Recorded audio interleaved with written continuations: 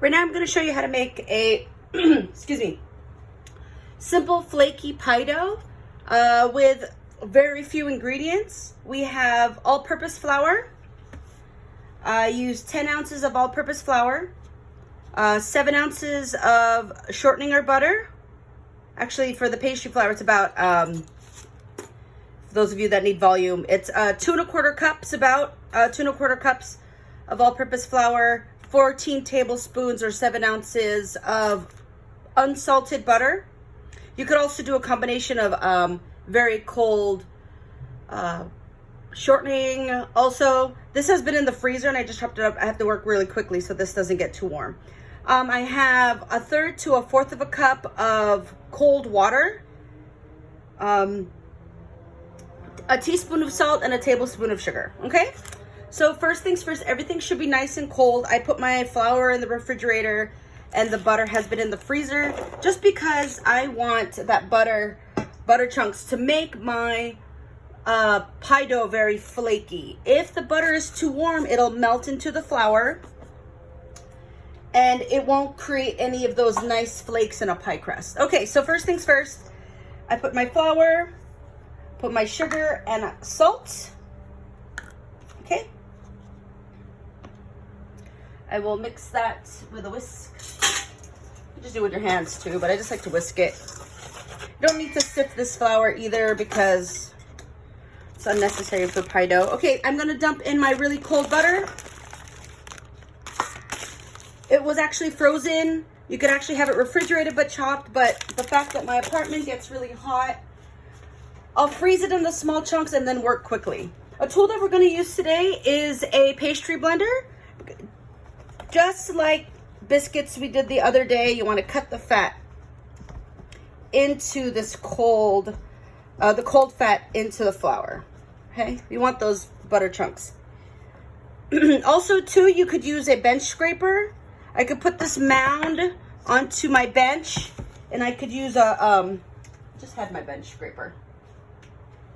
You could use a metal bench scraper and you could chop the butter chunks. You could use plastic or metal, okay? If it was metal, I would put it directly and start chopping them on the board into my flour like so. I just washed it too. So it's probably in the sink still. Okay. So I'm gonna do that, or use my pastry blender. Okay, be careful sometimes if you do what I'm doing, that I'm removing the butter with my fingers. Be careful because I've had students cut themselves, especially on a new one. Sometimes they have a few sharp edges that will get worn down in time. But just be careful when you're removing the butter from over here. Okay. So flaky pie dough, you want to chop the butter into small pieces that are about pea size, okay? If you want a mealy pie dough, which is used for the bottom of pies, we're gonna use this same dough for the bottom of an apple pie. It'll be fine. I'm just gonna do a little bit smaller than pea size. I'm gonna use it for the top and bottom for this pie. So if you use a mealy pie dough, which means I'm going to cut the butter till they're really, really small, it creates a tighter structure, so you won't have a soggy bottom pie, okay? But if you get it chunky like this, it's good for the tops of pies, or a pre-baked or blind baked pie shell for, you know, banana cream pie, chocolate chiffon pie, any of those pre-baked shell pies. The flaky pie dough is very good for that one as well, because you want those layers. You don't want a tough pie dough. Okay, so this looks pretty good. Didn't take too long, okay? I will leave some of the butter chunks because when I roll it out, that's gonna create the flakes. I'm just gonna use my fingers. Try not to use my fingers too much. You could use your fingertips.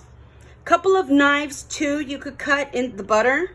It'll just take a little bit more time, but if you have cold fingers, you could squish your butter a little bit with your fingers, but I have really hot hands, so this is actually not a good thing for me to do. Okay, so I am going to add just enough water to this. I'm gonna just try to measure it. It should be ice water. I don't have an ice machine or an ice tray in my freezer. So just add enough water, just like the biscuit dough we did last time. Just until it comes together. Just add a little bit. First, I will do 1/3 of a cup, and then gradually increase it to a half. Is it a half? Yeah. Just until it comes together. I'm not squishing it. I'm not over mixing it. I just want those dry bits to come with me into nice mass. You don't want it wet. If you have a wet pie dough, it's going to come out tough because you're activating the gluten. It's going to shrink from the pan. It's just not going to be a really nice dough. I've messed up. This is the 3rd video if you see on YouTube. This will be the 3rd video because I've done okay ones, but something about my apartment and pie dough, it just does not work out. So I will keep on doing this demo even though I have it pre-recorded just so I could get a good... Okay, see it's coming together a little. I'm just going to add a little bit more just to that little bit, just until it comes together. Okay. So, I think it's good. I think we might have a good one here. Okay. Sometimes I overguess myself and then I always go a little bit too far with the water. I feel it's like there. Okay. See how it's coming together? I'm going to stick it on the bench here. Then I'm just going to form it into mounds. And then I'm going to put it in plastic wrap. So that's it. See how it looks kind of ugly? Don't worry about it because as we roll it out when we're making our pies, it will come together. So I'm going to separate these into 2. I will just push it together. See how it's just, ooh, this is a good one. Yes. Okay. This one feels a little bit wet though. Shoot balls. All right, we'll see. I'm just going to form it into a mound. I'm actually going to take them. This recipe makes 2 rounds for 2, like a top and bottom of a 9-inch pie pan. Or also, I think I'm just going to fold it a couple times. Just like we did with the biscuit dough, I'm just going to fold it a couple just to put it together. It makes about a top and a bottom for a 9-inch pie, but I'm gonna make very small pies because I'm going to pass these out today to whomever wants them for my friends. So I'm just gonna take these and cut them in half so I can show you a couple demos. From here, I didn't work them too much, right? I'm going to wrap them individually. Oh, they might be a little bit too wet, but I'm hoping for the best, guys.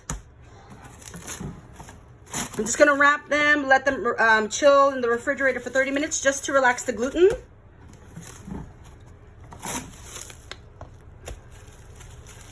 And I'll show you the finished product during class. I'm going to show you in between how to roll it out with a separate video.